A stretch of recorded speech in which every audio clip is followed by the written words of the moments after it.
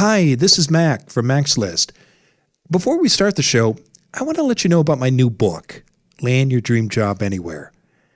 I've been helping job seekers find meaningful, well-paying work since 2001, and now I put all my best advice into one easy-to-use guide. My book shows you how to make your resume stand out in a stack of applications, where you can find the hidden jobs that never get posted, and what you need to do to ace your next job interview. Get the first chapter now for free. Visit maxlist.org/anywhere.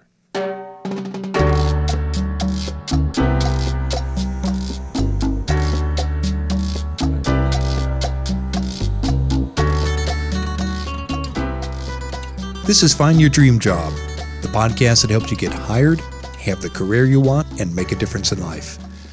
I'm Mac Pritchard, your host and publisher of Mac's List. I'm joined by my co-hosts, Ben Forstag and Jessica Black from the Mac's List team. This week, we're talking about how volunteering can help you land your next job.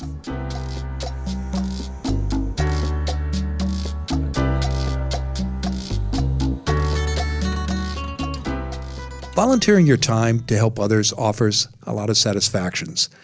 It's also good for your career, and it may even help you get your next job. Our guest expert this week is Anthony Dyson. He says people who volunteer do better both at work and when job hunting.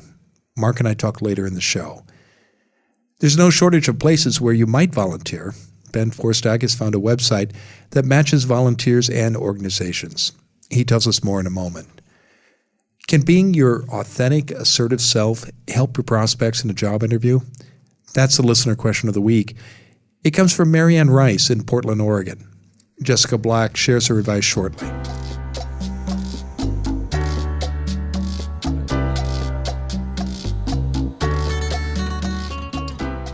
First, as always, let's check in with the Mac's List team. What difference, Jessica, Ben, has volunteering made in your own job searches or the job hunts of your friends and colleagues? I think volunteering has definitely improved my life in multiple ways, but especially in advancing my network or in expanding my network. And yeah, I can't say enough good things, and it's just been a really improving factor in my life. Is there one example that comes to mind, Jessica, when you think about how volunteering has helped your network? What's going through your head?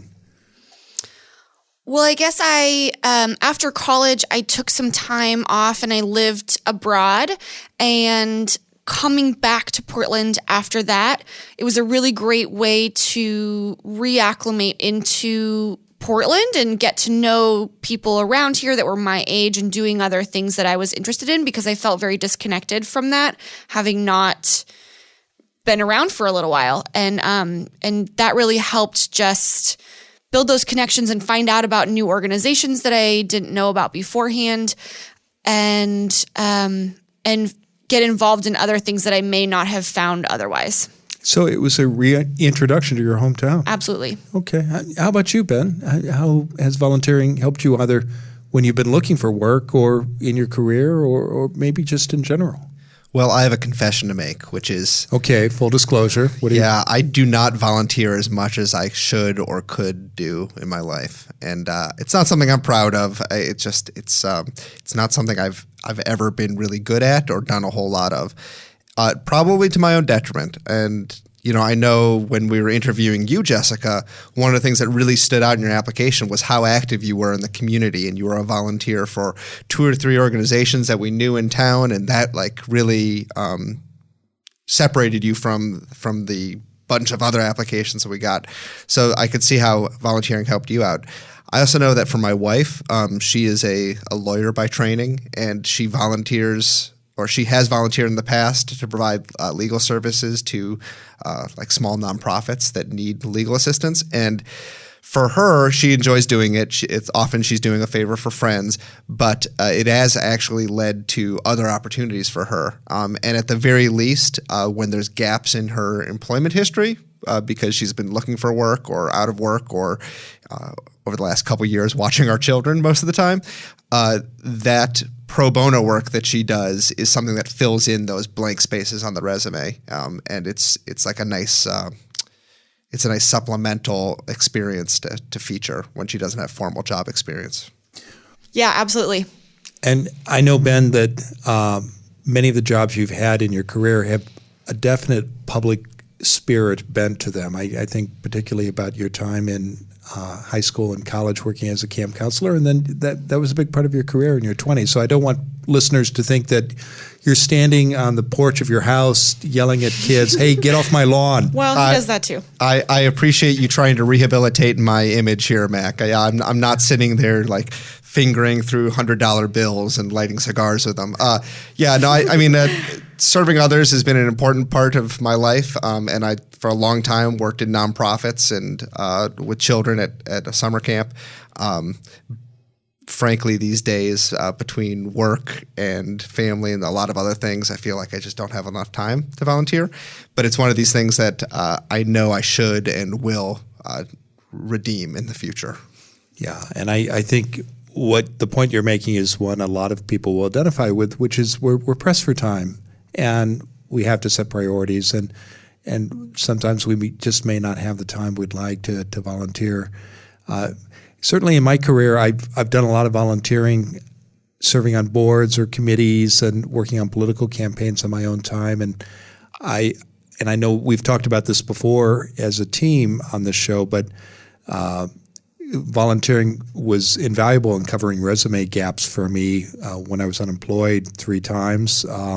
They also, because the volunteer gigs I took during those periods were related to my career goals, it was a great way of getting in front of peers in that field and prospective employers.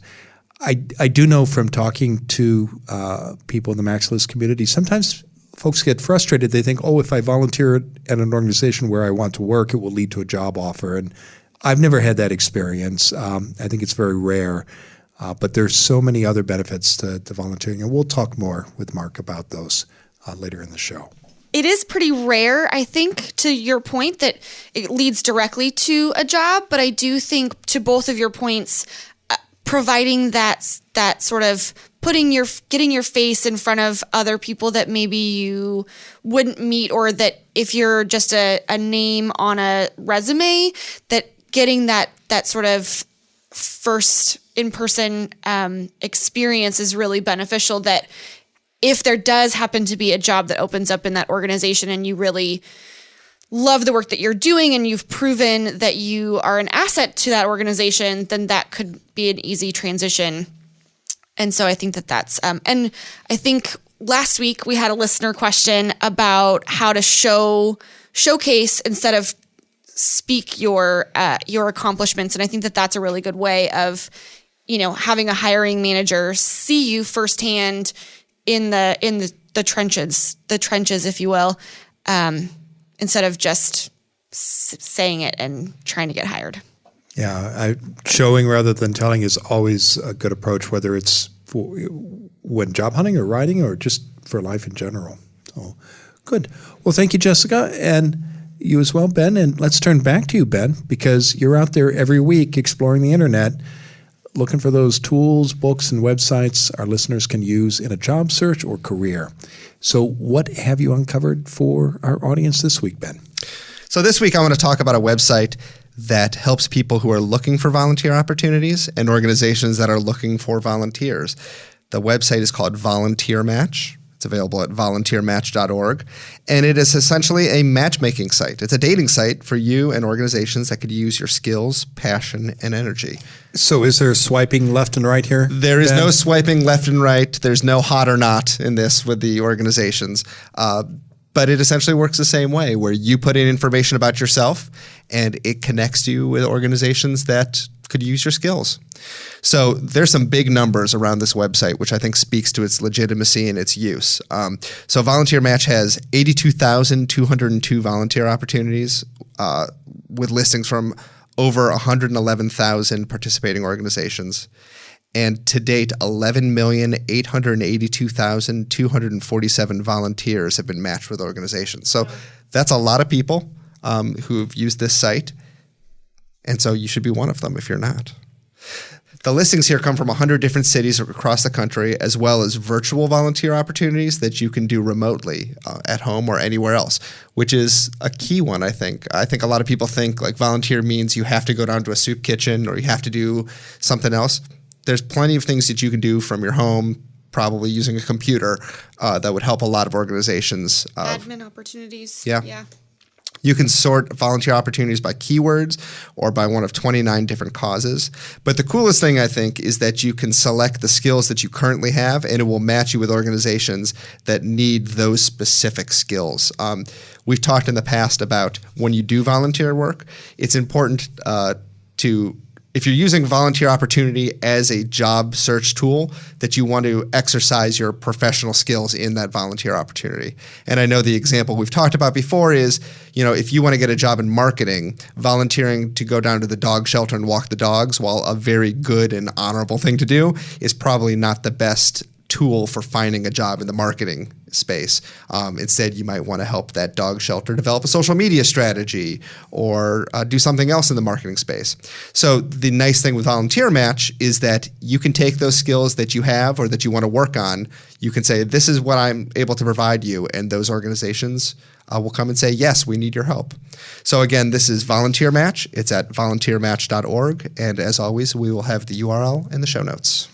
Well, great. Well, thanks, Ben. And I think you're right. You have to have a strategy when volunteering, if you wanted to support your job search or your career. So it just showing up and volunteering for a worthy cause, worthwhile, is probably not going to be as supportive in your job search or your career unless you've got some thought behind why you're there and what you hope to get out of the experience. Absolutely. And this is not to say walking dogs is a bad thing. No, listen to me. I'm the guy who doesn't volunteer, and you shouldn't walk a dog. But no, that if you're using it as a job search tool, you just want to stay within your professional skill set. Right, or know how the experience can help you professionally. Well, terrific. Well, thanks, Ben. And if you have a suggestion for Ben, please write him, and we may share your idea on the show. His address is ben@maxlist.org. Now let's turn to you, our listeners. Jessica Black is here to answer one of your questions. What's in the Max List mailbag this week, Jessica? Great. We have an excellent question from Marianne Rice here in Portland, and let's hear what she has to say. My name is Marianne Rice, and I'm calling from Portland, Oregon. My question is, I'm an assertive woman with strong leadership. Do I hurt my job prospects by sharing my authentic self in a job interview? Thanks, Marianne. That was a great question, and I think absolutely great job on being assertive with strong leadership. That is only going to help you, and I definitely think that being your authentic self in a job interview is only going to position you well. And if that doesn't lead to the prospects that you're interested in, then it may just be that it's not the right fit. And I would definitely never, ever hinder your authentic self to fit into what you think is the right opportunities. So I think saying it again, I think it's only going to help you. And, usually people are advocating for strong leadership in their organizations. And so if you come in with those skills already built in, I think that's only going to be an asset to that organization. I'd agree with you. And we've talked in the past about how it's a catch-22 for women, where if they've got a reputation of not being assertive enough, but then when they start being assertive, they get a reputation of being difficult to manage. Or, yep. Other words. Yeah, that's an unfortunate dynamic. But I think you need to be authentic to yourself. And I think leadership is a skill that many organizations appreciate. And I tell people this all the time. Frankly, if an organization doesn't appreciate what you have to bring to the table, especially a positive skill like leadership, it's probably not the right organization for you, and you wouldn't be happy there anyway. Exactly. Yeah, I found when in my career I've told my boss what she or he wanted to hear rather than what I thought, it was not a good strategy because they eventually could tell. And what they really did want to hear in the end what you thought, or they wanted you to be who you were. And when they didn't, to Ben's point, that was not a place where you wanted to be. And I've been on a couple places like that too. I've been there too. I was just going to say I've worked in spaces where, because I also similarly, Marianne, have very quote unquote strong leadership skills, AKA tend to be on the bossy side. And I say bossy as a good thing. You keep us all in line, Jessica. Only 3 months, and already we're standing up a little straighter. Oh, good. I'm glad to hear that. But yes, I've never really been one to keep my opinions to myself. But I've been in situations in organizations where I've provided my feedback and wanted to improve the organization, and that was stifled. And really, that's a terrible feeling, and you just don't want to get yourself into a situation where you want to provide some value to the organization and you want your voice to be heard, and it's just not acceptable. So definitely speak up from the top and you won't get into that situation. Good. Excellent advice. Well, thank you, Jessica, and thank you, Marianne, for that great question. If you have a question for Jessica, please email her. Her address is jessica@maxlist.org, or call the listener line. That number is 716-JOB-TALK. That's 716-562-8255.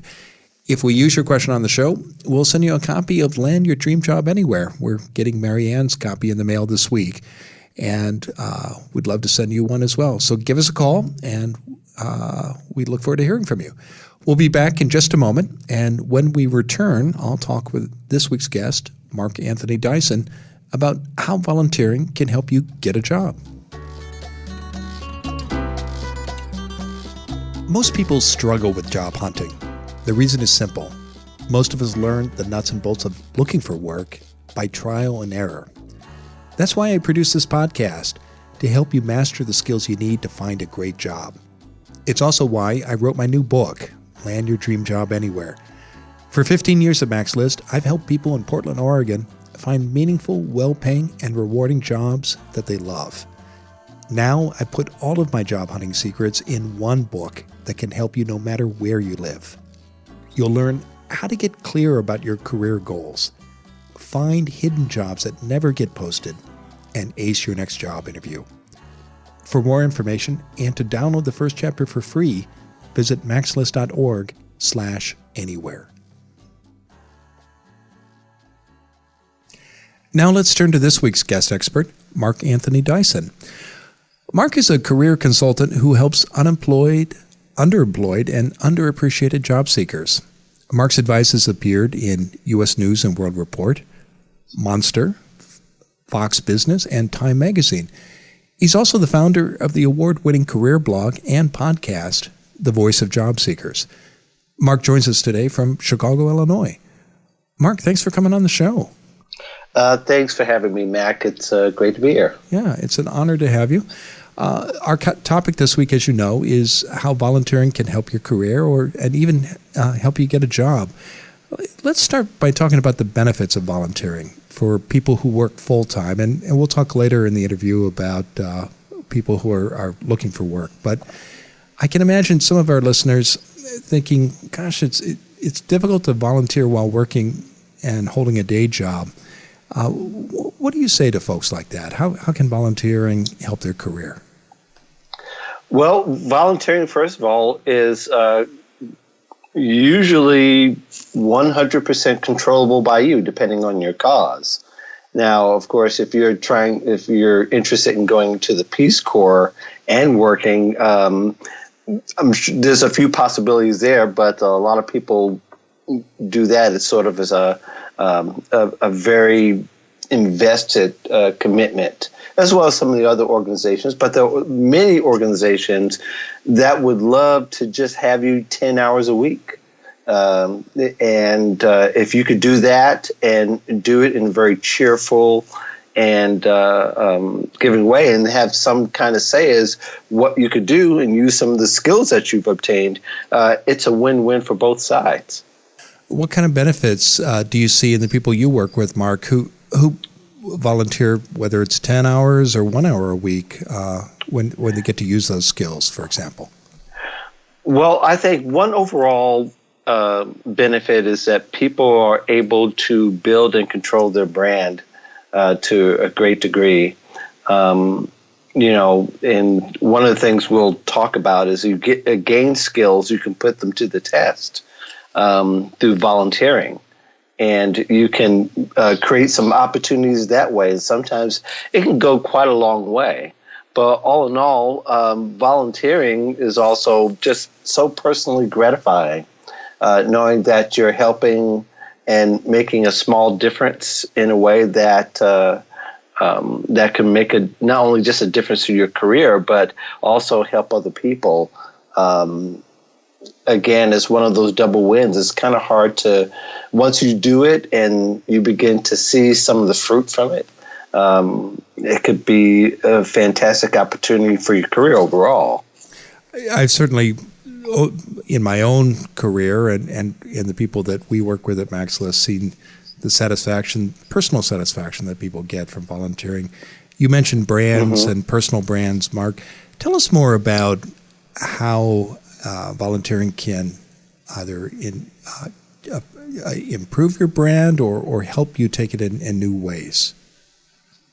Well, I think when people see you as a volunteer, especially if you're in the job hunt mode, organizations that will vet you will look at volunteering as a very positive thing, much less other than trying out new skills and making them more fruitful. They can connect with you on volunteering, especially if your cause and your personal cause aligns with the organization. That is seen as a plus. Okay, so it's an opportunity to break out of a box you might be put in your 9-to-5 job where people think you only have certain kinds of skills, and you have a chance when volunteering to show off new skills or develop new ones. Right. Yeah, you can even sharpen those newly obtained skills right away. I remember when I first learned Microsoft Office back in the middle 90s. And not only was my boss interested in the investment of the skills, but I was able to turn that around and use that to help my church. And that effort was doubly appreciated. So for me, I got the best of both worlds in that sense. But the practice itself also expanded my ability to use those skills. So very quickly, I was able to be more useful than just coming back and sitting at my desk and knowing not what to do. I was able to put some new ideas to the test and expand on them. Yeah, so volunteering at your church made you a more experienced word processor, or at least a Microsoft Word expert, and your office and your boss saw those benefits during the workday. Yeah, exactly. It was actually Excel. Excel was the gold standard, and that was at a time when people were starting to migrate from Lotus to Excel. And it was great to be able to have. Yeah, it was great to be able to have that. And I remember being able to use that in a project for my church, and it really was a double win for me because it gave me more experience. So when I was able to get a promotion the next time around, I had it in the bag. I was ready to go. Good. Well, for the benefit of listeners who weren't there in the 80s and early 90s, Lotus 1-2-3 was a precursor of Excel, and yes, yeah. Before that, there was something called VisiCalc, but I'm really dating myself. Well, I've already done the damage, so. So I like also your point, Mark, about how when you volunteer for an organization or a cause, it can create a personal connection with people who look at your resume or your LinkedIn profile that might not otherwise be there. Exactly. I mean, when we encourage job seekers to do research on a company. When you see that they have a cause that you either worked for a similar cause or a cause that you're interested in, that's a way to connect with the employer. There have been a couple of times when, as an experiment, that I suggested to somebody who was already working and pretty solid in their career, but they were interested in this company to work for. It was one of the larger technology companies around. And I suggested, well, you like to do what they do, and because they had some press on it, so I suggested, see if you can volunteer the same day and connect with a couple of people, maybe network with them. And not only they did that, but they were able to get an interview. They didn't get the job, but there was a watershed moment for them that they saw the volunteer efforts more than just something that was, just to be personally satisfied. It was a way to create an opportunity. Yeah, so they were able to build a relationship outside of the traditional application process. And they basically, in a professional way, went around HR. Exactly.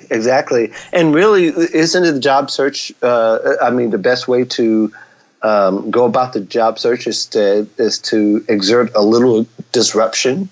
You're disrupting the online application and the resume and all the screening process by getting a referral inside and being that you talk to an employee and somebody that likes you because you have something in common. Why not disrupt the process that way? Yeah. So that's terrific. And you're preaching to the choir here. We're all about the hidden job market at Max List and looking for ways to build those relationships while being respectful of formal application processes too. Sure. Well, let's talk about the strategy of volunteering. Now, you want to do good, and that's what motivates you. But there's so many opportunities, Mark. Now, what if you're thinking about how volunteering can benefit your career or your job search? How do you think people should step back and think about that strategically? What do you see the successful people you work with do when they think about the strategy of volunteering to help their career? Well, people are very successful and understand that that they could actually create opportunities not only for themselves but for others. They're looking at it from a career trajectory point of view.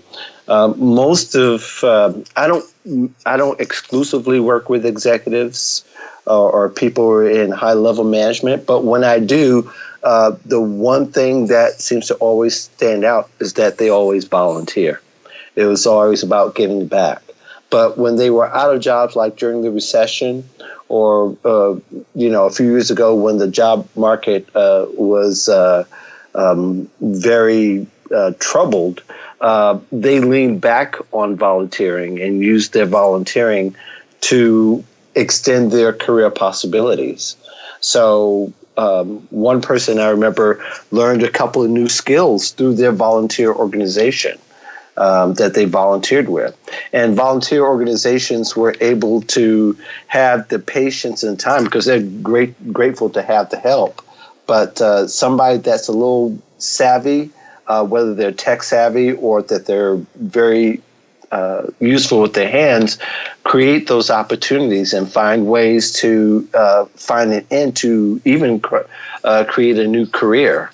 So it could work to your advantage in so many ways that the creative part of you has to be there and be willing to take a chance in spending more time and more effort in creating more value for an organization.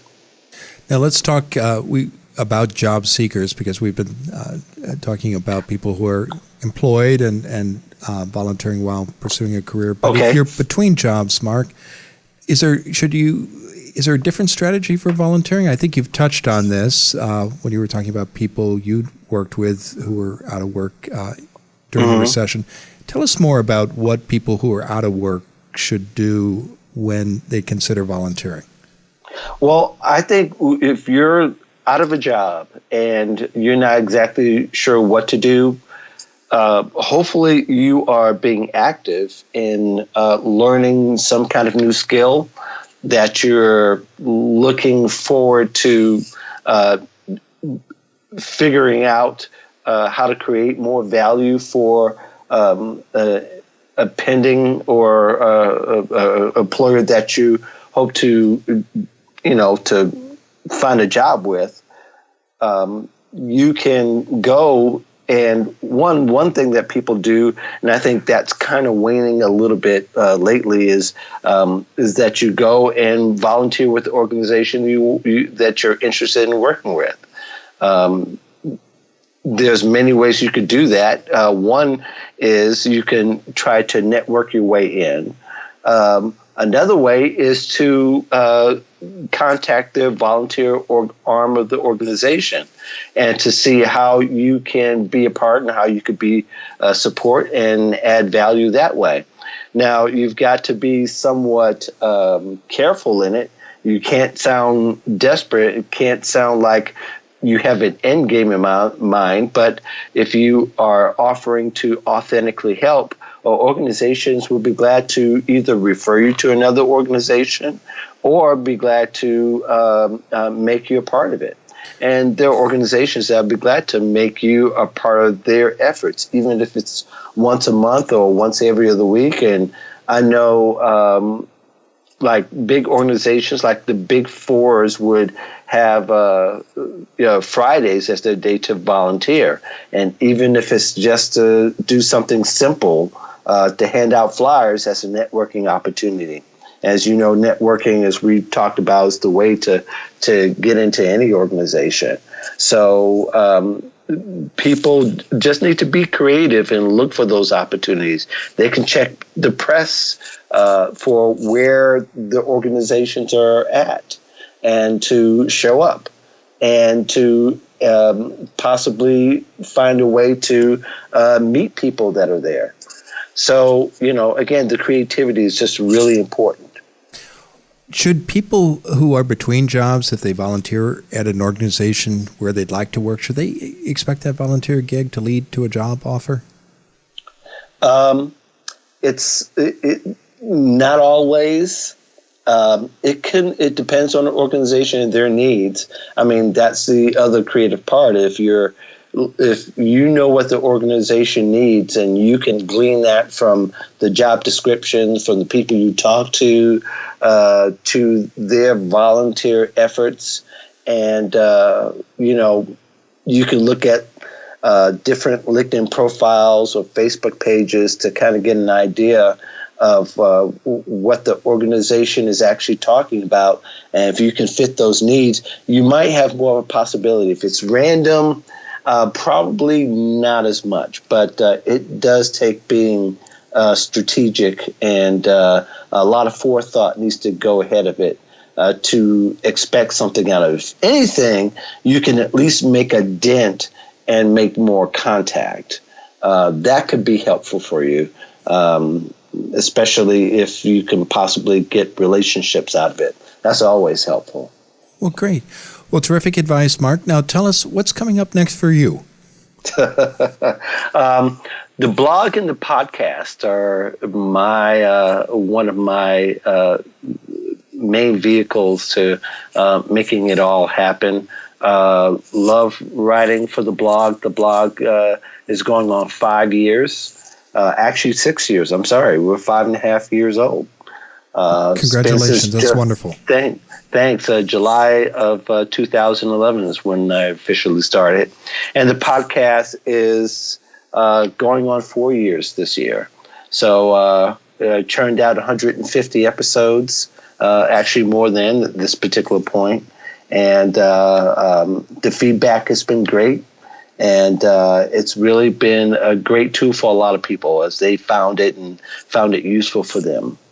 I had a chance to listen to an episode last week, just preparing for this conversation, and it's a terrific show. So I encourage our listeners to check it out. Thank you. To find both the blog, the podcast, and other materials that Mark offers people, visit his website. And that URL is easy to remember. It's voiceofjobseekers.com. We'll also The Voice of Job Seekers. Oh, thank you. The Voice of Job Seekers. Okay, I'm glad you said that. And we'll be sure to fix that in the show notes too. So the voiceofjobseekers.com. And we'll, again, include that in the show notes. Well, Mark, thanks for joining us this week. Well, thank you. Take care. All right, take care.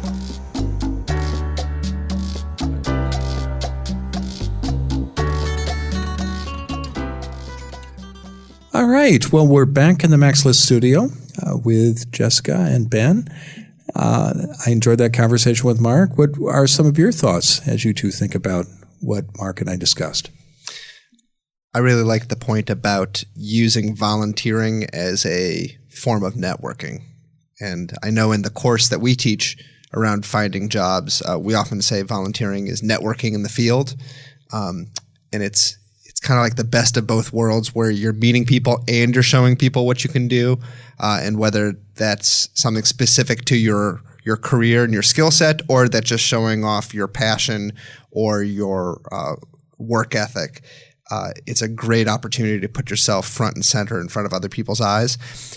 And those people might not have jobs to give you right away, but it certainly creates some social capital with those people that will help you just about anywhere else in your job search. Yeah, I think volunteering is a great way to build those professional networks, and you never know where people are going to surface later in your career. And I know we've talked about this before, but you should always give without the expectation of getting anything in return. And I find, ironically, when I do that, I get so much more back than I ever expected. But it feels so satisfying to do something just because it's the right thing to do, whether it's to help others professionally or volunteer for a nonprofit or provide some service that is going to make a difference. Jessica, what are your thoughts? Yeah, I agree with both of those thoughts. And I did really like what he said he mentioned briefly about getting in front of a hiring manager, and maybe they didn't land the job officially, but they were able to have they landed an interview that they may not have gotten without the firsthand on the field or in the field experience. And I think that that's sort of touching on what we briefly went over at the beginning of this interview of just expanding that network and how beneficial that can be. And then I know in some of Mark's work, he talks about these folks that he makes connections with and builds that network they can become references to when you are looking for that job. And I think that that's really great. I also really liked what he said about when you're in between jobs and building those active skills. And I know, again, we've touched on this before of building those skills and advancing increasing your relevancy, I guess, in your skill set. And I think that that's really important, and staying current and keeping your resume up to date and all of those good things is really important. And being creative. I thought that was a really interesting aspect that I wouldn't have normally thought of, which I thought was good. Yeah. And I also just finally think that managing expectations is important when you're volunteering. I think I certainly made this mistake at the start of my career. I thought if I worked on a political campaign, it would lead to an office or a job with the elected official.